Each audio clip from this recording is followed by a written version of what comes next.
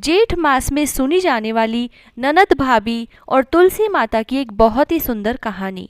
एक परिवार में ननद भाभी रहती थी। ननद अभी कंवारी थी। वह तुलसी माता की बड़ी सेवा किया करती थी, पर भाभी को यह सब फूटी आंख नहीं सुहाता था। अब जेठ का महीना आया। जेठ की इस भरी गर्मी में तुलसी माता को कोई कष्ट न हो, यह सोच और भी ज्यादा शीतलता भरी सेवा करने लगी। अब भाभी को और भी ज्यादा गुस्सा आने लगा। वह गुस्से में कहती कि जब तेरा विवाह होगा तो तुलसी ही खाने को दूंगी तथा तुलसी ही तेरे दहेज में दूंगी। और जब समय आने पर ननद की शादी हुई तो भाभी ने बिल्कुल ऐसा ही किया। उसकी भाभी ने बारातियों के सामने तुलसी का गमला फोड़कर रख दिया, लेकिन तुलसी माता की कृपा से वह गमला स्वादिष्ट व्यंजनों में बदल गया। गहनों के बदले भाभी ने ननद को तुलसी की मंजरी पहना दी तो वह सोने के आभूषणों में बदल गई। वस्त्रों के स्थान पर तुलसी का जनेऊ रख दिया तो वह रेशमी वस्त्रों में बदल गया। और ससुराल में उसके दहेज आदि के बारे में बहुत ही बड़ाई हुई। इस पर भाभी को बड़ा आश्चर्य हुआ कि तुलसी जी की पूजा का महत्व इतना ज्यादा है कि मेरी ननद सोने में तुल गई और ससुराल में भी उसे बड़ा ही मान सम्मान मिल रहा है।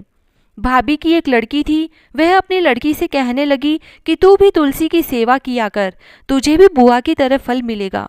पर लड़की का मन तुलसी की सेवा में नहीं लगता था और जेठ का महीना आने पर भी उसने तुलसी माता की कोई सेवा नहीं करी, जिससे तुलसी माता को बहुत ही कष्ट हुआ।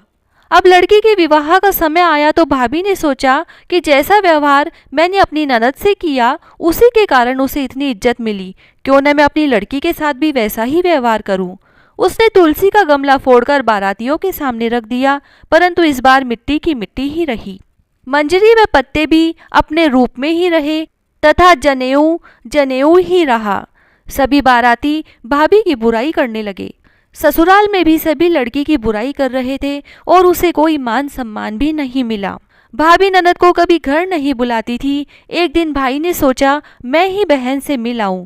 उसने अपनी इच्छा पत्नी को बताई तथा सौगात ले जाने के लिए कुछ मांगा।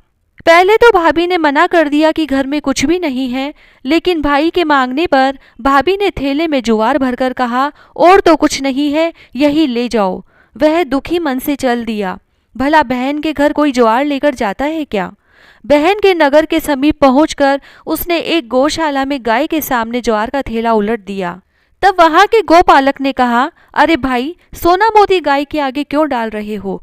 ऐसा सुन भाई ने नीचे देखा तो आश्चर्यचकित रह गया। तब उसने गोपालक को सारी बातें बताई और सारे सोने मोती लेकर प्रसन्न मन से बहन के घर गया। बहन भाई को देखकर बड़ी ही प्रसन्न हुई और तुलसी माता से उसके कुशल मंगल होने की कामना की। भाई ने बहन से कहा, तुझे सुखी देखकर मेरा मन प्रसन्न हो गया। तब बहन बोली कि भैया, यह सब तुलसी माता की ही कृपा है।